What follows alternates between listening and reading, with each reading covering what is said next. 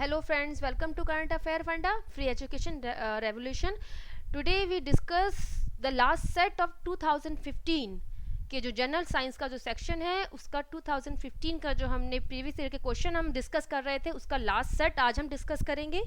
Before starting the video one important thing is that इस video के नीचे आपको सब्सक्रिप्शन का एक ऑप्शन दिखाई दे रहा है. सो अगर आप इस वीडियो को पहली बार देख रहे हैं so please subscribe our channel. आप इसे लाइक करें, कमेंट करें एंड शेयर करें जिससे ज़्यादा से ज़्यादा लोग इससे फ़ायदा उठा सकें. खासतौर पे वे लोग जो कि कोचिंग एफर्ट नहीं कर सकते हैं वो इससे फ़ायदा उठा सकें. Before starting one thing is that Kaif is a free YouTube channel and will be free always. ये हमेशा फ्री ही रहेगा because Kaif is a passion not a profession. ये एक पैशन है, ये प्रोफेशन नहीं है. वी स्टार्टेड दिस चैनल, ये हमने उन बच्चों के लिए स्टार्ट किया था, उन एस्पिरेंट के लिए स्टार्ट किया था जो कि कोचिंग एफर्ट नहीं कर सकते हैं, जिससे कि वो इस से फ़ायदा उठा सकें and we provide a quality education to them. So let us start with this note. First question is the metal ion present in vitamin B12 is. Question में हमसे यह आस्क किया गया है कि विटामिन B12 में जो मेटल आयन प्रेजेंट है वो क्या है, वो कौन सा है. वो निकिल है, वो कोबाल्ट है, या वो आयरन है, या वो जिंक है. So first thing is that कि जो विटामिन B12 का जो साइंटिफिक नेम है वो है cobalamin. This is a scientific name of vitamin B12. So आप यहां से इस चीज का अंदाजा लगा सकते हैं. अगर आपको इनके विटामिन के जो साइंटिफिक नेम पता है तो आप ये अंदाज़ा लगा सकते हैं कि इसके अंदर कौन सा मेटल प्रेजेंट होगा. जैसे कि विटामिन B12 का नेम है कोबालामीन, यहाँ से पता लग रहा है दैट इज द कोबाल्ट. यहाँ विटामिन B12 में कोबाल्ट आयन प्रेजेंट होता है. So this is the answer, that is B. Vitamin B12 contain cobalt metal ion. And vitamin B12 का फंक्शन क्या है. इसका मेन फंक्शन ये है कि ये जो नर्वस सिस्टम है और जो ब्रेन है उसकी फंक्शनिंग को कंट्रोल करता है. That means brain and nervous system को ये कंट्रोल करता है, उसकी फंक्शनिंग को. सेकेंड थिंग, ये जो RBCs है that means red blood cells की फॉर्मेशन को ये गवर्न करता है. और ये कहाँ पाया जाता है. मेनली ये पाया जाता है meat, in fish and the dairy products होते हैं. दैट मीन्स दूध, दही, जो दूध से बनने वाले जो प्रोडक्ट होते हैं उनको डेयरी प्रोडक्ट कहा जाता है. चीज, तो ये मेनली इनमें पाया जाता है. So answer of this question is B, that is the cobalt metal ion. Second question, microbial degradation of nitrates into the atmospheric nitrogen is known as. ये जो क्वेश्चन है ये नाइट्रोजन साइकिल में से आया है. नेचर में जो नाइट्रोजन साइकिल वर्क करती है उसमें से यहाँ पे एक क्वेश्चन आस्क किया गया है. एंड इस नाइट्रोजन साइकिल्स में जो नेचर में एग्जिस्ट करती है इसमें कुछ स्टेप्स हैं. हम लाइन वाइज पहले वो स्टेप डिस्कस करेंगे, then we answer this question. Question में हमसे पूछा गया है कि microbial degradation, that means microbial means bacteria का जो बैक्टीरिया के द्वारा जो डिकम्पोजिशन होता है नाइट्रेट्स का, उस प्रोसेस को हम क्या कहते हैं. दैट मीन्स वो नाइट्रेट से एटमॉस्फेरिक नाइट्रोजन में कन्वर्ट होता है. इस प्रोसेस को क्या कहा जाता है, ये क्वेश्चन में पूछा गया है. सो इसको सॉल्व करने से पहले हम देखते हैं नाइट्रोजन साइकिल के स्टेप क्या हैं. फर्स्ट थिंग इज दैट कि एटमॉस्फेरिक नाइट्रोजन, ये जो एटमॉस्फेयर में नाइट्रोजन प्रेजेंट होती है उसको एटमॉस्फेयर नाइट्रोजन कहते हैं. और इसका मेन जो सोर्स है एटमॉस्फेयर नाइट्रोजन का वो लाइटनिंग है. मोस्ट ऑफ द जो पोर्शन है नाइट्रोजन का एटमॉस्फेयर में वो लाइटनिंग, दैट मीन्स बिजली कड़कने से आता है. सो अब इसका आगे आगे कैसे इनके स्टेप्स बढ़ते हैं. First is fixation of atmospheric nitrogen का कन्वर्जन होना इनटू द यूजेबल फॉर्म. ऐसी फॉर्म में कन्वर्ट होना जो कि प्लांट उसको एब्जॉर्ब कर सके, उसको कहा जाता है फिक्सेशन. एटमॉस्फेरिक नाइट्रोजन का फिक्सेशन होता, ये this is the first step. अब ये फिक्सेशन किसके थ्रू होता है, ये फिक्सेशन होता है थ्रू द डाइजोट्रॉप्स. इससे पहले भी क्वेश्चंस में 2015 के जो हम क्वेश्चन की हम सीरीज कर रहे हैं उसमें ये नेम आया था डाइजोट्रॉप्स. डाइजोट्रॉप्स ये वो ऑर्गेनिज्म होते हैं जो नाइट्रोजन को फिक्स करते हैं. And example of these diazotrophs are azotobacter and rhizobium. These are the example of diazotrophs जो नाइट्रोजन को फिक्स करते हैं, नाइट्रोजन को वो यूजेबल फॉर्म में कन्वर्ट करते हैं जिसको कि पौधे एब्जॉर्ब कर सकते हैं. एज सच वो नाइट्रोजन को एब्जॉर्ब नहीं कर सकते हैं, उनके अंदर ये कैपेसिटी नहीं होती है कि वो नाइट्रोजन एटमॉस्फेयर के नाइट्रोजन को एब्जॉर्ब कर सके. सो उसको ऐसी यूजेबल फॉर्म में कन्वर्ट होना ही पड़ेगा जिससे कि पौधे उसको एब्जॉर्ब कर सकें. And it is done by the Aziobacters and Rhizobium. Aziobacter is a free living bacteria. ये एक फ्री लिविंग बैक्टीरिया है जो इस काम को करता है. That means it fixes the atmospheric nitrogen. Rhizobium, it is present in the root nodules of legumes. Of legumes में ये प्रेजेंट होता है. लेग्यूम्स होता है मतलब दाल या पीस, जो फली वाले पौधे होते हैं, जो फलीदार पौधे होते हैं, उनकी जड़ों में ये राइजोबियम पाया जाता है. और इसका काम क्या है? सेम थिंग कि ये एटमॉस्फेरिक नाइट्रोजन को फिक्स करता है. This is the important question. एक यहां से भी एक क्वेश्चन अराइज हो सकता है कि rhizobium is present in the root nodules of legume and इसका फंक्शन क्या है? ये एटमॉस्फेरिक नाइट्रोजन को फिक्स करता है. Second thing, assimilation. एसिमिलेशन होता है कि अब ये कन्वर्जन तो हो गया, अब पौधे इसको जड़ों के द्वारा इस नाइट्रोजन को जो कन्वर्ट हुई है यूजेबल फॉर्म में उसको एब्जॉर्ब करते हैं in the form of ammonium ion, in the form of nitrate, in the form of nitrite. ये फॉर्म्स हैं जिसमें पौधे नाइट्रोजन को एब्जॉर्ब कर सकते हैं. इस प्रोसेस को कहा जाता है assimilation. Third one is nitrification. Nitrification, what is nitrification? Nitrification होता है अमोनियम आयन का conversion first into the nitrite and this nitrite is then converted into nitrate ion. इस प्रोसेस को नाइट्रिफिकेशन कहते हैं. सो अमोनियम आयन का conversion nitrite में होना एंड देन नाइट्रेट में होना, ये किया जाता है नाइट्रोसोमोनास बैक्टीरिया के द्वारा, और ये किया जाता है Nitrobacter. So Nitrobacter convert nitrite into nitrate. This is, यहां मैं इनके नाम भी लिख देती हूँ क्योंकि it is little bit confusing. That is NO2 minus is nitrite and NO3 minus is nitrate. This is ammonium ion. This is ammonium ion. Before this, one step is remaining, that is the ammonification. यहाँ एक बीच में एक step और होता है, that is we called, उसको कहा जाता है ammonification. Ammonification. इस ammonification process में क्या होता है? जो प्लांट्स और एनिमल्स का जो वेस्ट होता है या वो जो मर जाते हैं उसका जो वेस्ट होता है, वो वेस्ट मटेरियल एक्चुअल में ऑर्गेनिक नाइट्रोजन होती है. उस ऑर्गेनिक नाइट्रोजन का कन्वर्जन होना अमोनियम में, that is NH4+ is the ammonification process. Ammonia, that means ammonium ion की फॉर्मेशन को अमोनिफिकेशन कहते हैं थ्रू द ऑर्गेनिक नाइट्रोजन. ये ऑर्गेनिक नाइट्रोजन क्या है? जो पेड़ और पौधे जो मर गए हैं या जो उनका वेस्ट है उसका अमोनियम आयन में कन्वर्ट होना, this is the ammonification. Then comes the nitrification. One step is, ये बीच में एक स्टेप रह गया था, that is the ammonification.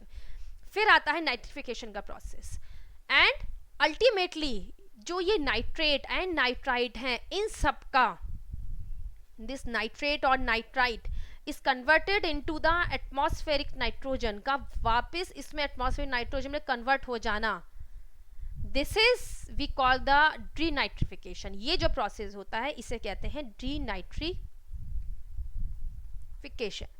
And this denitrification is done by the Pseudomonas clostridium. Pseudomonas clostridium. This is done by this. So this is the nitrogen cycle. इसमें से यही क्वेश्चन नहीं और क्वेश्चन भी इसके अंदर से पूछे जा सकते हैं. This is a important thing, that is a nitrogen cycle. काफी सारे क्वेश्चन यहाँ से फॉर्म हो सकते हैं. सो यहाँ जो हमसे पूछा गया है वो क्वेश्चन है माइक्रोबियल डिग्रेडेशन ऑफ नाइट्रेट और nitrites into the atmospheric nitrogen. So answer of this question is denitrification. This is the answer. एक बार फिर यहाँ मैं इसको ब्रीफ कर देती हूँ. First is fixation. Fixation is atmospheric nitrogen का यूजेबल फॉर्म में कन्वर्ट होना. इस प्रोसेस को कहा जाता है fixation and it is done by the diazotrophs. What are the डाइज़ोट्रॉप्स?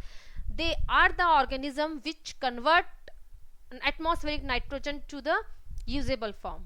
इसके एग्जाम्पल्स हैं azotobacter and rhizobium. Azotobacter is a free living bacteria जो कि ये काम करता है, ये एटमॉस्फेरिक नाइट्रोजन को फिक्स करता है. सेकेंड एग्जाम्पल इज राइजोबियम और ये कहाँ प्रेजेंट होता है? It is in the root nodules of legumes. जो फलीदार पौधे होते हैं उनकी जड़ों में ये पाया जाता है. इसका भी सेम काम होता है कि ये एटमॉस्फेरिक नाइट्रोजन को फिक्स करता है. Second is assimilation. एसिमिलेशन होता है कि अब जो यूजेबल फॉर्म में अगर ये इसका कन्वर्जन हो गया है तो उसको अब पौधे एब्जॉर्ब करेंगे थ्रू द रूट्स. अमोनिफिकेशन क्या प्रोसेस है जिसके through organic nitrogen ammonium ion में कन्वर्ट होती है. This process is known as the ammonification. Third one is the nitrification. That means conversion of ammonium to nitrite और nitrate. इस process को nitrification कहते हैं and they are done by ammonium ion को nitrite में convert करने के लिए नाइट्रोसोमोनास की जरूरत पड़ती है. Nitrite is converted into the nitrate through the Nitrobacter and these nitrate और नाइट्राइट का जब डिकम्पोजिशन हो जाता है उस प्रोसेस को कहते हैं denitrification. This process is known as the denitrification जहां पे वो दोबारा से एटमॉस्फेरिक नाइट्रोजन में कन्वर्ट हो जाता है. So this is a cycle. This is a nitrogen cycle. So answer of this question is B. Next question, pulses are obtained from the family. ये अब हमसे पूछा गया है पल्सेस मतलब दाल. जो दाल, पीज, पीनट इस तरीके के पौधे होते हैं वो कौन सी प्लांट फैमिली में बिलोंग करते हैं? They belong to the leguminosae. This is the answer. आप इस तरीके से इसको लर्न कर सकते हैं कि that is a legume. Legume का जो नेम हम दिया जाता है वो नेमली उन पौधों, मेनली उन पौधों के लिए दिया जाता है जो कि फलीदार होते हैं, जिनके अंदर जो कुछ इस तरीके से वो दैट मीन्स कि फली के उसमें फली के रूप में उनका फ्रूट होता है तो उसको हम लेग्यूम कहते हैं. तो इसमें जो लेग्यूमिनेसी फैमिली है इसमें मेनली जो इंक्लूड होते हैं वो होते हैं P, sweet pea and peanut and soya beans, beans, this type, कुछ इस टाइप के पौधे एंड पल्सेस मतलब दाल. जो दालों के पौधे होते हैं वो भी इसी फैमिली में बिलोंग करते हैं. So answer of this question is D, that is a leguminosae. The gene which exhibit multiple effect is known as. अब क्वेश्चन हमसे पूछा गया है कि उस इफेक्ट को क्या कहते हैं या इस तरीके की प्रॉपर्टी को क्या कहते हैं जब एक जीन मल्टीपल बहुत सारे इफेक्ट को पैदा करता है, बहुत सारे इफेक्ट को उत्पन्न करता है. ये हमसे क्वेश्चन में पूछा गया है. So this answer of this question is Pleiotropy. Pleiotropy is a phenomenon. This is answer A, that is pleiotropy is a phenomenon in which a gene affects multiple traits. That means ये बहुत सारे characters को affect करता है. It affect a gene affect many characters. Many characters. इसका एक example यहाँ पे हम लेते हैं, that is the disease phenyl ketonuria. इस डिजीज के जो हम जनरल सिम्टम्स यहाँ मैं आपको कुछ बताती हूँ. That is the mental retardation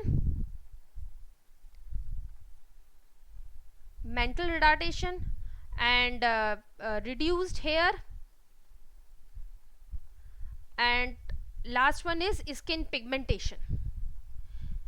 So यहाँ ये देने का मतलब क्या है, यहाँ मैं आपको ये बताना चाहती हूँ कि जो ये डिजीज है phenylketonuria, it is an example of pleiotropic effect. कैसे? क्योंकि इसके जो सिम्टम्स हैं वो कुछ सिम्टम्स मैंने यहाँ पे लिए हैं।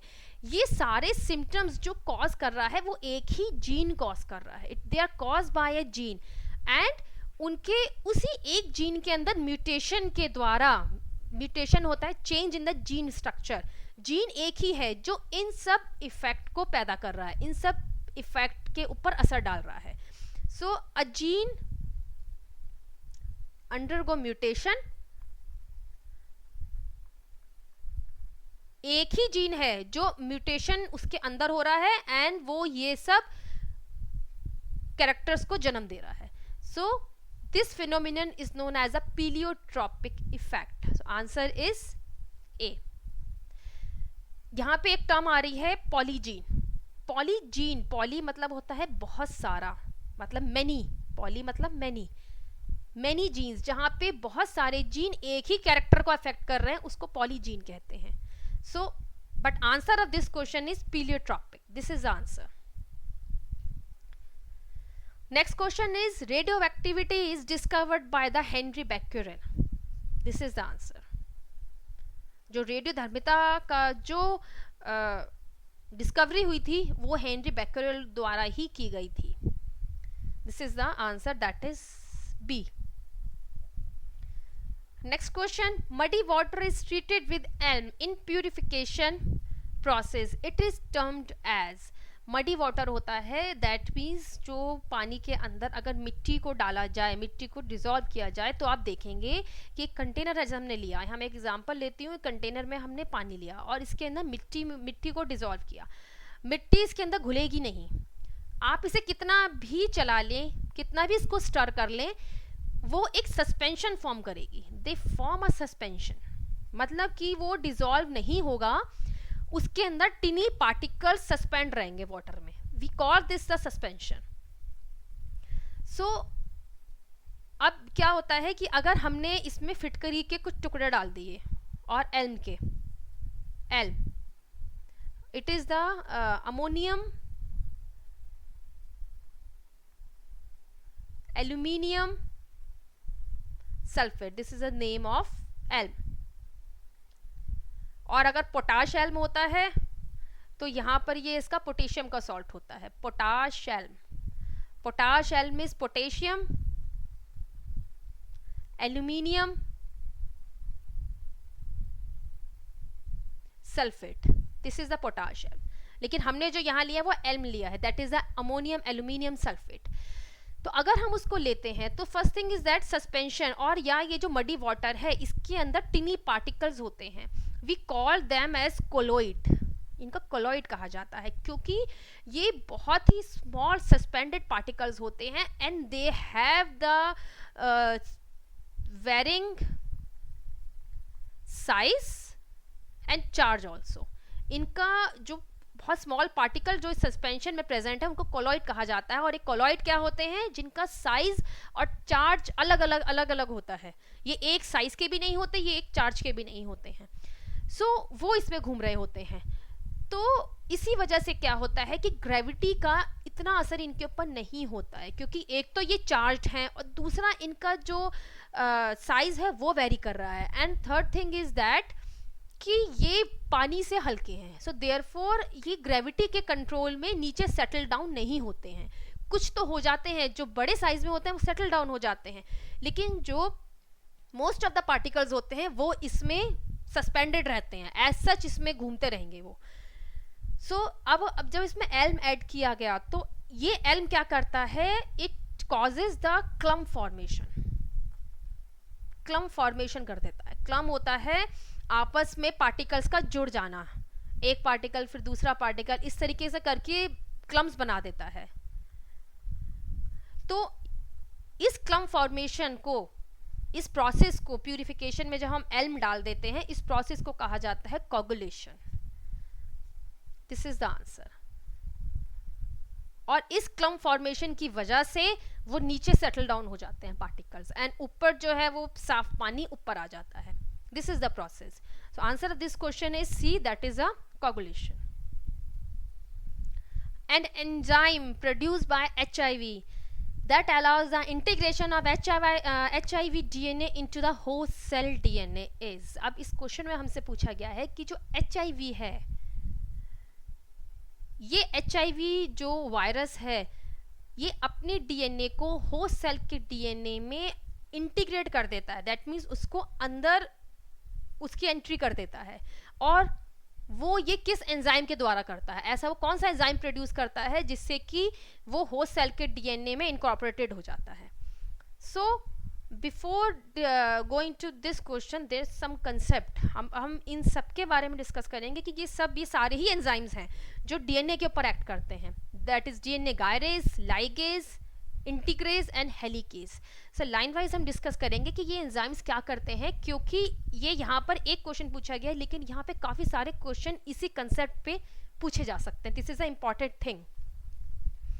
सो जैसे कि हमने डीएनए का जब हमने वीडियो डिस्कस किया था, उसमें ये कहा गया था कि जो डीएनए का स्ट्रक्चर होता है वो कॉइल्ड होता है. This is the double helical और कॉइल्ड स्ट्रक्चर ऑफ डीएनए. और ये जो एक स्ट्रैंड है, इस स्ट्रैंड का जो जॉइनिंग होती है, ये भी उसमें डिस्कस किया था डिटेल में कि वो जॉइनिंग होती है थ्रू द फॉस्फोडाइस्टर बॉन्ड. एक यूनिट से दूसरी यूनिट अटैच कैसे होती हैं? यहाँ पे जो बॉन्डिंग होती है वो तो हाइड्रोजन बॉन्डिंग होती है दो स्ट्रैंड्स के बीच में, लेकिन एक ही स्ट्रैंड्स में जो यूनिट अटैच होती है they are attach to the phosphodiester bond. So ये था स्ट्रक्चर. अब next come to the enzyme. First thing is that helicase. ये हेलिकेज क्या करता है कि ये जो डीएनए की कॉइलिंग है इसको अनकॉइल कर देता है. इसकी कॉइलिंग खुलनी शुरू होती है. दैट मीन्स ये इस तरह से इधर आता है और ये इधर जाता है. तो इसकी ये जो कॉइलिंग है, जो आपस में ये गुथा हुआ है, उसको खोलना शुरू करता है. तो हेलिकेज का काम क्या है? Unwinding of DNA. ये डीएनए की अनवाइंडिंग करता है, जो उसकी कॉइलिंग है उसको खोलता है. तो अब उसके बाद आता है डीएनए गायरेज. डीएनए गायरेज और हेलिकेज दोनों एक साथ वर्क करते हैं. हेलिकेज का काम होता है इसकी जो इसकी कॉइलिंग है उसको ओपन करना. गायरेज का काम होता है कि ये स्ट्रैंड में जो स्ट्रेन है, जो खिंचाव है, उसको कम करता है. That means it relieve it relieves strain in the strand. तो ये दोनों मिलके काम करते हैं, DNA gyrase and helicase. DNA gyrase का काम क्या होता है कि वो जो ये स्ट्रैंड के बीच में खिंचाव होता है उसको कम करता है, और हेलिकेज क्या करता है? इट अनवाइंड द डीएनए, जो इसकी कॉइलिंग है उसको खोलता है. लाइगेज का काम क्या होता है कि that it join the DNA strand. ये डीएनए स्ट्रैंड्स की जॉइनिंग करता है through the phosphodiester bond. Phosphodiester bond के द्वारा ये डीएनए स्ट्रैंड की जॉइनिंग करता है. जैसे अगर यहाँ से ब्रेकेज हो जाती है तो ये सब काम रिपेयरिंग का है. लाइगेज का जो वर्क है वो रिपेयरिंग का वर्क है इसका. इवन जो डबल स्टैंडर्ड डीएनए है उसके अंदर भी कहीं अगर स्ट्रैंड्स में ब्रेकेज आती है, सो लाइगेज का काम रिपेयरिंग का है. Repairing of the DNA strands. repairing of DNA strands through phosphodiester bond. Phosphodiester bonds. Then come the integrase. This is the enzyme. ये वो एंजाइम है रेट्रोवायरस इंटीग्रेस. ये वो एंजाइम है जो कि रेट्रोवायरस द्वारा प्रोड्यूस किया जाता है. First thing that it is produced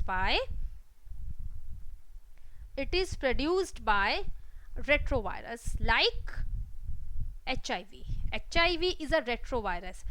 क्यों? क्योंकि रेट्रोवायरस वो होते हैं जिनके अंदर जो जेनेटिक मटेरियल होता है that is a single strand RNA. So retrovirus these are the viruses having single strand RNA. जो जेनेटिक मटेरियल होता है वो सिंगल स्ट्रैंड RNA होता है.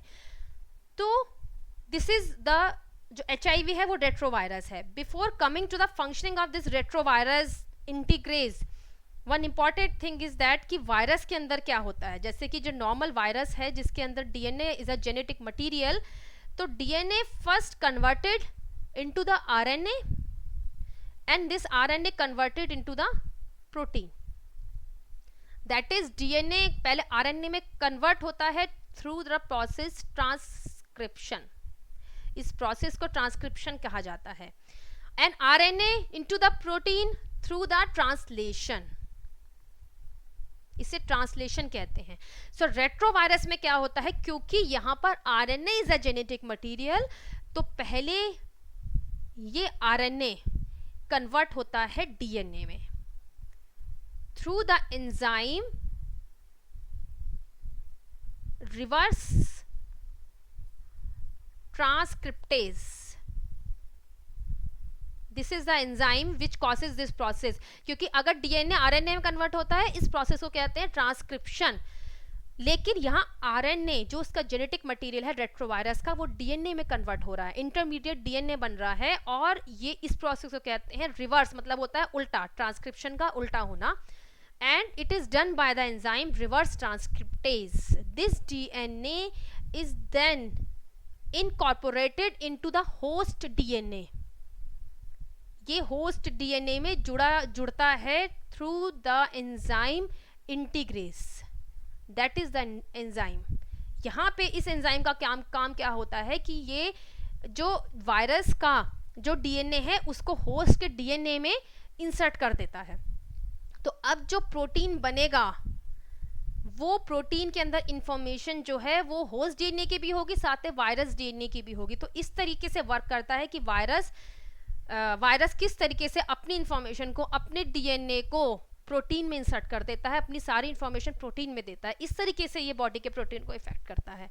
So main answer of this question is lies in this portion, that is जो virus का DNA है वो होस्ट डीएनए में किस एंजाइम के द्वारा बीच में इनकॉर्पोरेटेड किया जाता है, that is the integrase, this is the answer. So answer of this question is The whole concept is important, इसके अंदर से और क्वेश्चंस भी पूछे जा सकते हैं, जैसे कि और एंजाइम्स की फंक्शनिंग के बारे में भी पूछा जा सकता है, and also the DNA converted into the RNA, what is the process, that is the transcription, RNA का conversion into the protein, this process is called the translation, this question can be asked. So ये एक important topic है जिसके ऊपर से और question भी पूछे जा सकते हैं।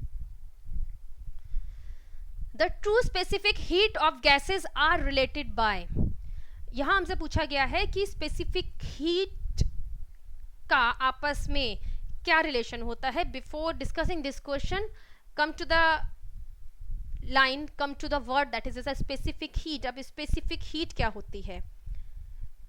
Specific heat is the amount of heat, it is the amount of heat needed to raise the temperature, raise होता है बढ़ाना, to raise the temperature of 1 kilogram of substance by 1 Kelvin। ये वो हीट होती है जो 1 किलोग्राम मास का temperature 1 kelvin बढ़ाने के लिए जिसकी जरूरत होती है, इस अमाउंट को हम कहते हैं specific heat. Kelvin, what is kelvin? Kelvin is the SI unit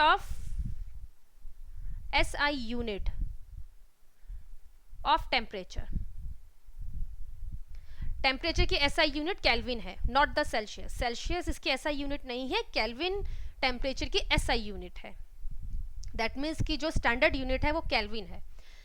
so specific heat को हम दो तरीके से इसका मेजरमेंट ले सकते हैं। इसका जो नोटेशन है वो है C, दैट इज नोटेटेड बाय, जो इसका नोटेशन है वो C है, सिंबल इसका C है।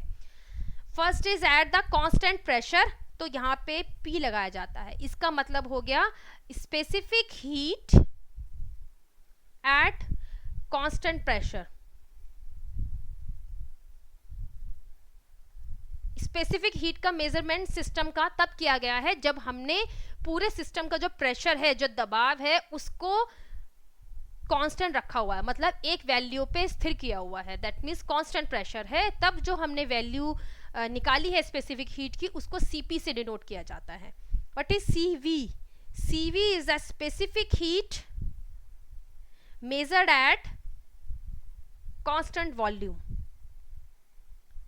This is denoted by Cv. Means कि जो सिस्टम में जो वॉल्यूम है वो कांस्टेंट रखा गया है. P, T and V they are the state variable. इनको स्टेट वेरिएबल कहा जाता है. They are the state variable. So या तो हम प्रेशर को कांस्टेंट रख सकते हैं, या T को कांस्टेंट रख सकते हैं, या V को कांस्टेंट रख सकते हैं. जैसे कि जो स्पेसिफिक हीट है, that means amount of heat needed to raise the temperature. तो ऑब्वियसली यहाँ पे जो T है वो वेरी कर रहा है. हम क्या कांस्टेंट रख सकते हैं? या तो हम प्रेशर कांस्टेंट रख सकते हैं या वॉल्यूम कांस्टेंट रख सकते हैं. सो हम दोनों ही तरीके से मेजर करते हैं स्पेसिफिक हीट. अगर एक बार हमने कांस्टेंट प्रेशर करा तो जो वैल्यू आई उसको Cp से डिनोट किया जाता है. दूसरी बार में हम कांस्टेंट वॉल्यूम रखेंगे सिस्टम का, तब जो हीट मेजर की जाएगी उसको Cv कहा जाता है. अब इन दोनों के बीच में क्या रिलेशन होता है? For idol gas Cp minus Cv is equal to Nr. This is the relation. ये थर्मोडाइनेमिक्स का एक मेजर कंसेप्ट है. That is for idol gas Cp minus Cv is equal to Nr. Cp is the specific heat at constant pressure minus specific heat at constant volume, that is equal to the Nr, where N is the number of moles and R is a gas constant. So this is the relation. Remember इस relation को आप learn कर लें, क्योंकि इसमें as such question यही पूछा जाएगा कि इनके स्पेसिफिक हीट के बीच में क्या रिलेशन होता है. That is the Cp minus Cv is equal to Nr. So this is the answer for ideal gas. That is B. X-rays can be used. अब हमसे नेक्स्ट क्वेश्चन में पूछा गया है कि एक्सरे का इस्तेमाल कहाँ किया जाता है. First thing is that x ray these are the form of electromagnetic radiation. ये इलेक्ट्रोमैग्नेटिक रेडिएशंस की फॉर्म है. And second thing, who discovered, किसने इनकी डिस्कवरी करी थी? It is discovered by the Wilhelm Roentgen. This question can be asked कि ये discovery, x ray की डिस्कवरी किसने करी थी? So it is discovered by the Roentgen. And initially उन्होंने इनको नाम दिया था एक्सरेज. एक्सरेज कहा गया था. क्यों कहा गया था? बिकॉज एक्सरेज का मतलब होता है अननोन रेज. जब इनकी डिस्कवरी की गई थी तो ये पता नहीं लगा पाया, मतलब दैट मीन से लगा पाए थे कि रेस कहाँ से आई. सिर्फ उन्होंने उनको इसीलिए उन रेस को नाम दिया गया था X rays. Later it was found that they are originate from electron clouds. वो इलेक्ट्रॉन क्लाउड्स में से निकली थी. So and they have the last thing is that they have the high penetration power. जो उनके अंदर पेनिट्रेशन पावर होती है वो इनकी काफ़ी ज़्यादा होती है. इसी रीज़न से इनका, because of they have the high penetration power, they are use in the radiographic imaging. इसका यूज़ कहाँ कहाँ है? Radiographic imaging and X ray crystallography and then radiation therapy में भी इनका यूज किया जाता है because of this penetration power.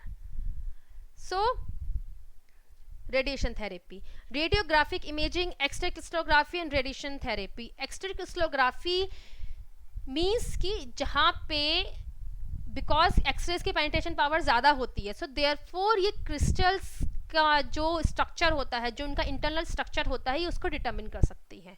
Determination of structure of crystals through the X ray crystallography के द्वारा क्रिस्टल्स का स्ट्रक्चर डिटरमिन किया जा सकता है. रेडिएशन थेरेपी का मतलब होता है कि दैट मीन्स कैंसर ट्रीटमेंट में इसका इस्तेमाल किया जाता है क्योंकि इनकी पेनिट्रेशन पावर बहुत ज़्यादा होती है. सो मेन जो अपना कंसर्न है हमारा क्वेश्चन के रिगार्डिंग वो यहाँ है, that is the X ray crystallography. इसका यूज किया जाता है। ये प्रोसेस क्या है, that means determination of the structure of the crystal. और लैटिस इनका जो स्ट्रक्चर है दैट मीन्स उसमें एटम्स का अरेंजमेंट कैसा है, और उस चीज के लिए इसका इस्तेमाल किया जाता है। So answer of this question is to detect the defect in precious stones and diamond. This is the answer, that is A. The term brown air used for, brown air का इस्तेमाल इनमें से किस चीज के लिए किया जाता है, दैट मीन्स किसे कहा जाता है कि that is a brown air. So answer of this question is photochemical smoke. This is the answer. Photochemical smoke, जैसे कि 2015 में इसके ऊपर काफ़ी क्वेश्चंस हमने डिस्कस किए हैं अभी तक, जो हमने सेक्शन हमने कवर करे हैं उसमें फोटोकेमिकल स्मोक के काफ़ी क्वेश्चन पूछे गए हैं। What is photochemical smoke? Photochemical smoke is formed by PAN peroxyacetyl nitrate plus NO2 plus oxygen plus ozone in the presence of sunlight की प्रेजेंस में ये बना देते हैं photochemical smoke. So this peroxyacetyl nitrate is a secondary pollutant, this is a secondary pollutant, and O3 ozone is also a secondary pollutant, and this NO2 is a primary pollutant. ये primary pollutant है। जब primary pollutant and secondary pollutant ये दोनों मिलके sunlight की presence में photochemical smoke की formation करते हैं, एंड जो ब्राउन एयर टर्म का यूज है वो इसी फोटोकेमिकल स्मोक के लिए किया जाता है। So answer of this question is C, that is a photochemical smoke. This end our session. अगर आपको वीडियो पसंद आया है तो आप उसको लाइक कर सकते हैं, इस वीडियो को आप शेयर भी कर सकते हैं जिससे कि ज़्यादा से ज़्यादा लोग फ़ायदा उठा सकें, और अगर इस वीडियो पे आपके कोई कमेंट हैं तो वो भी आप दे सकते हैं। प्लीज़ आप इस वीडियो को ज़्यादा से ज़्यादा अपने फ्रेंड्स में सर्कुलेट करें जिससे वो लोग इससे फ़ायदा उठा सकें जो कि कोचिंग अफोर्ड नहीं कर सकते हैं। So for updates please subscribe our channel. This is our current affair page, this is our current affair group. इस हमारे जो करंट अफेयर का ग्रुप है इसके ऊपर 12,000 से ऊपर के मेंबर्स हैं जो अगर आप क्यूरीज डालते हैं तो वो आपकी हेल्प करेंगे, एंड ऑल्सो जो हमारे एक्सपर्टीज़ हैं वो भी इसको सॉर्ट आउट करने में आपकी हेल्प करेंगे। सो प्लीज़ आप हमारे चैनल को सब्सक्राइब करना ना भूलें। इन द नेक्स्ट वीडियो, अभी तक मैंने 2015 के जितने भी क्वेश्चन आज किए गए हैं वो हमने 4 सेट में कवर करे हैं। In next video we come up with the 2014 में जो क्वेश्चन आज किए गए हैं, क्योंकि एसएससी में जो क्वेश्चन आज किए जाते हैं वो नॉर्मली वो रिपीटिशन में होते हैं। अगर क्वेश्चन भी ऐसे रिपीट ना हो लेकिन फिर भी जो वो कंसेप्ट है, जो टॉपिक है वो रिपीट किए जाते हैं। सो प्लीज़ अगर आपने 2015 के सेट नहीं देखे हैं सो प्लीज़ एक बार यहाँ चारों ही सेट्स पे गो थ्रू हो जाइएगा। Then in the next video we cover up the 2014 की हम सीरीज लेकर आएंगे। Thanks for listening me.